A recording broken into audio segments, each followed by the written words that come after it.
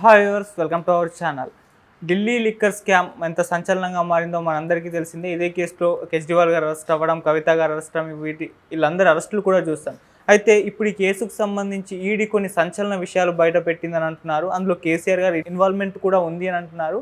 So అసలు ED బయట పెట్టిన అంశాలు ఏంటి, మరి కేసీఆర్ గారికి ఈ కేసుకు సంబంధం ఏంటి? సో ఇదే అంశం మీద డిస్కస్ చేయడానికి ప్రజెంట్ మనతో పాటు సీనియర్ జర్నలిస్ట్ జయదేవ్ గారు వారితో డిస్కస్ చేద్దాం. సార్ నమస్కారం. సార్ నమస్తే. సార్, ఢిల్లీ లిక్కర్ స్కామ్కి కేసీఆర్ గారికి సంబంధం ఉంది, ఆయన మొత్తం విషయాలు ఈ విధానం గురించి అన్నీ తెలుసు అని చెప్పేసి ఈడీ చెప్పడం చూస్తున్నాం సార్. మరి ఈడీ ఎటువంటి అంశాలు బయట పెట్టింది, మరి దీనికి కేసీఆర్ గారికి ఏం సంబంధం ఉంది సార్?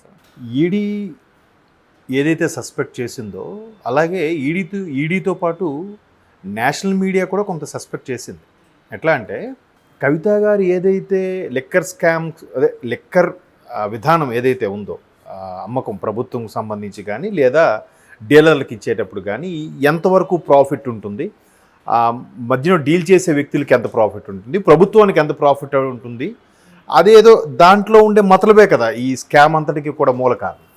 సో ఆ మతలబ్ అనేది ఏంటంటే ప్రభుత్వంతో పాటు మధ్యవర్తిలో ఉండే వాళ్ళకి వీళ్ళకి బెనిఫిట్ అయ్యేలాగా, ఆ డీలర్ నుంచి వీలు పొందేలాగా సంథింగ్ ఏదో ఆ సెట్టింగ్లు, ఆ చక్రవ్యూహం లాగా ఏదో ఉంది. అది దానికి కథ, స్క్రీన్ ప్లే, దర్శకత్వం అంతా కూడా కవిత గారే అని మనం ఎక్కువగా వార్తలో కూడా చూసాం. అయితే దీని విషయంలో కేజ్రీవాల్ గారిని కలవడం కూడా, ఆయన ఒప్పించడం, లేదంటే ఈమె టీము ఆయన కలిసి మాట్లాడడము, మధ్యవర్తులు కొంతమంది ఉండడము, దానికి సంబంధించి లిక్కర్ స్కామ్ తర్వాత స్కామ్ అయింది కానీ లిక్కర్ ఏదైతే వ్యవహారం ఉందో దానికి అంతటి కూడా ఢిల్లీలో కొంతమంది బడా నేతలు, కొంతమంది బిజినెస్ మ్యాన్లు కలవడం, వాళ్ళు కొంతకుండా ఎక్స్ప్లెయిన్ చేయడం, ఈ మొత్తం మీద ఒక 5-6 హ్యాండ్స్ యాడ్ అయ్యి ఉన్నాయి. ఈ మొత్తం వ్యవహారం నడిపించింది, దాన్ని డిజైన్ చేయించిందంతా కూడా కవిత గారే అని చెప్పి కూడా మనం చూసాం. అయితే ఈ డిజైన్లో అంత ఇంప్రెసివ్ అంశం ఏముంది? మనీ. ఎవరికైనా ఇంప్రెసివ్ అంటే అల్టిమేట్గా ఎండ్ కస్టమర్ కన్నా బిజినెస్ చేసేవాడికి ఎక్కువ ప్రాఫిట్ ఉంటుంది, రూపాయికి 10 రూపాయలు ప్రాఫిట్ ఉంటుందంటే ఎవడైనా ఈ బిజినెస్ చేద్దామని ముందుకు వస్తాడు కదా.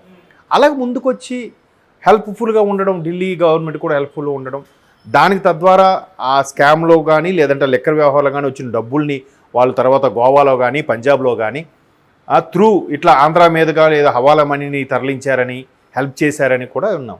ఇవన్నీ కూడా ఈ తెలంగాణ మీదుగా, ఆంధ్ర మీద కాదు, తెలంగాణ మీదుగా ఈ హవాలా మనీని నడిపించారని, మద్రాసు నుంచి కూడా కొంత నడిపించారని రకరకాల వార్తలు ఉన్నాయి. ఏదైతేనే ఉత్తరాది నుంచి దక్షిణాది రాష్ట్రాలకి హవాలా మనీ నడిపించి ఎంత చాకచక్యంగా చేయగలగాలి అంటే ఖచ్చితంగా దక్షిణాది రాష్ట్రాల్లో ఎవరో ఒకరు హస్తము, ఎవరో ఒకరు బడా నేతల ఇన్ఫ్లుయెన్స్ లేకపోతే అవ్వదు కదా.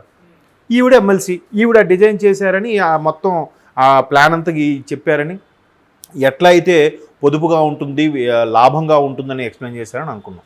ఓకే, ఈవిడ ఒక్క ఆవిడే ఇంత ప్లాన్ చేసిందా అనేది ఈడీకి ఎప్పటి నుంచో ఉన్న సందేహం. ఓకే, ఇది నేషనల్ మీడియాలో కూడా చాలా కథనాలు వచ్చాయి. అంటే ఈవిడ వెనక ఖచ్చితంగా ఎవరు లేరా, ఈవిడికి ఎంత ప్లాన్ వచ్చిందా, ఈవిడే అమలు చేసిందా, అదే అమలు చేస్తే ఈవిడికి ఎక్కడ తండ్రి ముఖ్యమంత్రిగా ఉన్న సమయంలో ఈవిడికే మంచి కీలక పదవి ఇచ్చిండొచ్చు కదా, ఈమెకి ఎందుకు ఇక్కడ కీలక పదవి ఇవ్వలేదు అంత మేధావి అయినప్పుడు అని కూడా కొంతమంది విమర్శకులు విమర్శించారు. సో మొత్తం మీద డెప్త్గా ఏమైనా చేస్తే ఓహో ఈవిడ వెనక ఎవరో ఒక పవర్ఫుల్ శక్తి అయితే ఉంది, ఆ శక్తి ఎవరు, ఆ కుటుంబ సభ్యులు చెందిన వాళ్ళు ఎవరు అనే దాని మీద కూలంకుషంగా ఈడీ ఏదైతే చేసిందో అది వాస్తవం అన్నట్టుగా చెప్తున్నారు. ఇంకా అది మన తెర మీదకైతే రాలేదు. ఇది కేసీఆర్ గారికి ముందే ఇవన్నీ తెలుసు, కేసీఆర్ గారికి చెప్పే ప్రయత్నం చేశారు కాబట్టి ఆయన నీ వెనక నేను ఉన్నాను చూసుకో అని భరోసా ఇవ్వబట్టి ఈవిడ అంత ధైర్యంగా ముందుకు దూకగలిగింది అనేది కూడా ప్రతిపక్షాల యొక్క విమర్శ. మేబీ అందులో వాస్తవం ఉండుండొచ్చు నేను అనుకోవడం. ఎందుకంటే ఇప్పుడు ఒక్కొక్కటిగా కేసీఆర్ గారి విషయంలో కూడా ఒక్కొక్క అంశం తెర మీదకి వస్తుంది. ఏంటి, ఇవాళ పేపర్లో చూస్తే ఫోన్ ట్యాపింగ్ వ్యవహారం ఒక డీసీపీ రాధాకృష్ణన్ గారు చెప్పిన వాంగ్మూలం ఏంటంటే కేవలం ప్రతిపక్షాన్ని గ్రిప్లో పెట్టుకోవడానికి, వాళ్ళందరి మీద అజమాయిషి చలాయించడానికే ఈ ఫోన్ ట్యాపింగ్ వ్యవహారం తీసుకొచ్చారన్నట్టుగా ఆయన ఒప్పుకున్నారన్నట్టు కూడా వార్తల్లో చూసాం.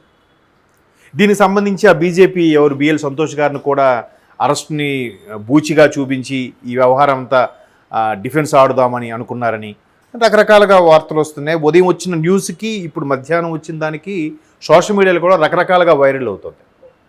సో ఎట్టకేలకు ఫైనల్గా ఈవినింగ్ వచ్చేసరికి ఏమైందంటే ఈ అంశమంతా కూడా మొదటి నుంచి తండ్రికి తెలుసు, తండ్రికి తెలియకుండా కూతురు ఏమీ చేయదు. తండ్రి ప్రోద్బలంతోనే కూతురు కూడా ఈ విధంగా ఆయన సపోర్ట్తోనే ఎమ్మెల్సీగా కూడా వచ్చారు ఈవిడ. ఆయన ప్రోద్బలంతోనే ఈ లిక్కర్ స్కామ్ విషయాల్లో కూడా వచ్చారు. పైగా ఢిల్లీలో వెళ్ళి ఢిల్లీ లిక్కర్లో కూడా చక్రం తిప్పగల సత్తా ఎవరికుంది?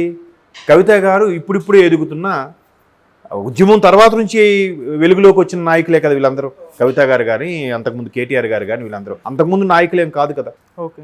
సో అంతకుముందు నుంచి కూడా ఢిల్లీలో ఒక ఎంపీగా మంచి గ్రిప్ ఉండి కేసీఆర్ గారిని చూడగానే తెలంగాణ లీడర్ అని చెప్పి ప్రతి ఒక్కరు గుర్తుపడతారట.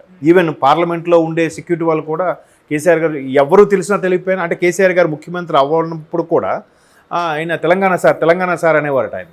అంటే అంత నోటెడ్ అయిపోయారు ఆయన.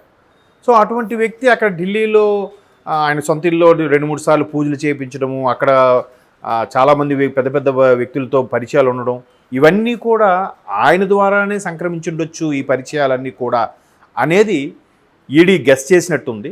మేబీ అది వాస్తవమైంది అన్నట్టుగా మనం వార్తలో చూస్తున్నాం.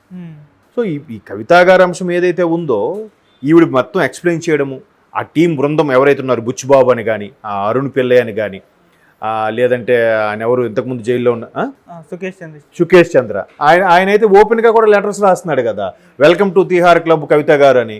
ఆ తర్వాత కేజ్రీవాల్ గారు కూడా రాశారు ఆయన. ఏంటి ఆయన వీళ్ళందరూ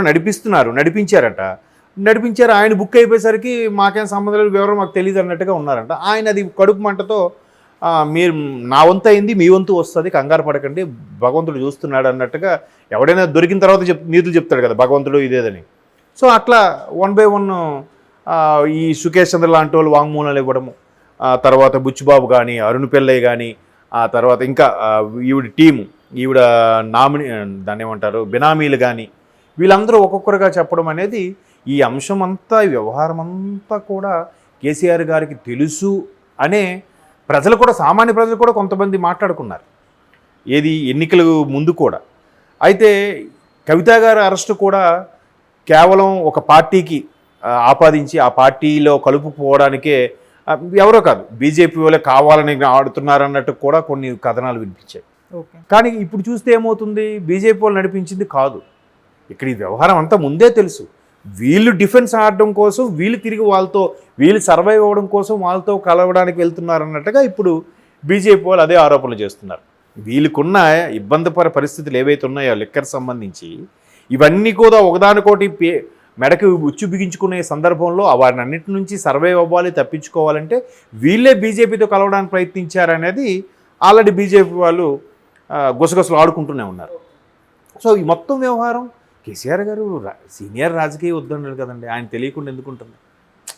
ఒకసారి చిన్న లాజిక్, ఇప్పుడు ఆవిడ అరెస్ట్ అయ్యింది అంటే ఆవిడ అరెస్ట్ చేసే ముందు ఈడీ కుటుంబానికి సమాచారం ఇచ్చారు. సమాచారం ఇచ్చిన వెంటనే కేటీఆర్ గారు, హరీష్ రావు గారు కుటుంబం ఇంటికి వచ్చారు. ఈ వ్యవహారం అంటే ఆయన తెలీదా? తెలియకుండా ఉంటుందా?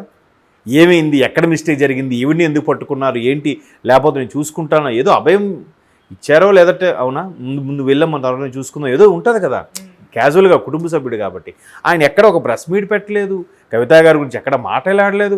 ఆ అరెస్ట్ అయిన ఒక ఇంచుమించు 20 రోజులు, నెల రోజుల తర్వాత జస్ట్ కూర్చొని ఒక సభలో పాల్గొన్నారు ఆ మధ్యన ఎన్నికల ముందు. ఆ సభలో పాల్గొన్నప్పుడు అప్పుడు ఓపెన్ అయ్యారు, ఇదంతా రాజకీయ కక్ష సాధింపే అన్నట్టుగా, న్యాయమే గెలుస్తుంది, నా బిడ్డ ఎలాగైనా బయటకు వస్తుంది అన్నట్టుగా మాట్లాడారు. మరి అంతవరకు ఎందుకు ఎక్కడ ఏం మాట్లాడలేదు? సో ఇవన్నీ ఒకదానికొకటిగా అనుమానాలు బలం చేకూరేలాగా ఉండడం వ్యవహారం అంతా కూడా. ఇదంతా ముందే తెలుసు అని ఈడీ ఇప్పుడు ప్రనౌన్స్ చేయొచ్చు. చాలామంది విశ్లేషకులు, సామాన్యులు కూడా దీన్ని గెస్ చేసేలాగా ఉంది వ్యవహారం. చూద్దాం ఇంక ఇది పోను చాలా రకాల కథనాలు, వార్తలు వినిపిస్తున్నాయి. రేపు కౌంటింగ్ తర్వాత సెంట్రల్లో వచ్చే ప్రభుత్వం బట్టి చాలామంది జాతకాలు మారిపోబోతున్నాయి. చాలామంది లోపలికి వెళ్తారా, బయటే ఉంటారా అనేది కూడా వార్తలు వినిపిస్తున్నాయి. ఓకే, ఇదంతా కూడా మనకి 4 తర్వాత ఒక క్లారిటీ వస్తుంది, చూడాలి. Okay sir, thank you so much sir.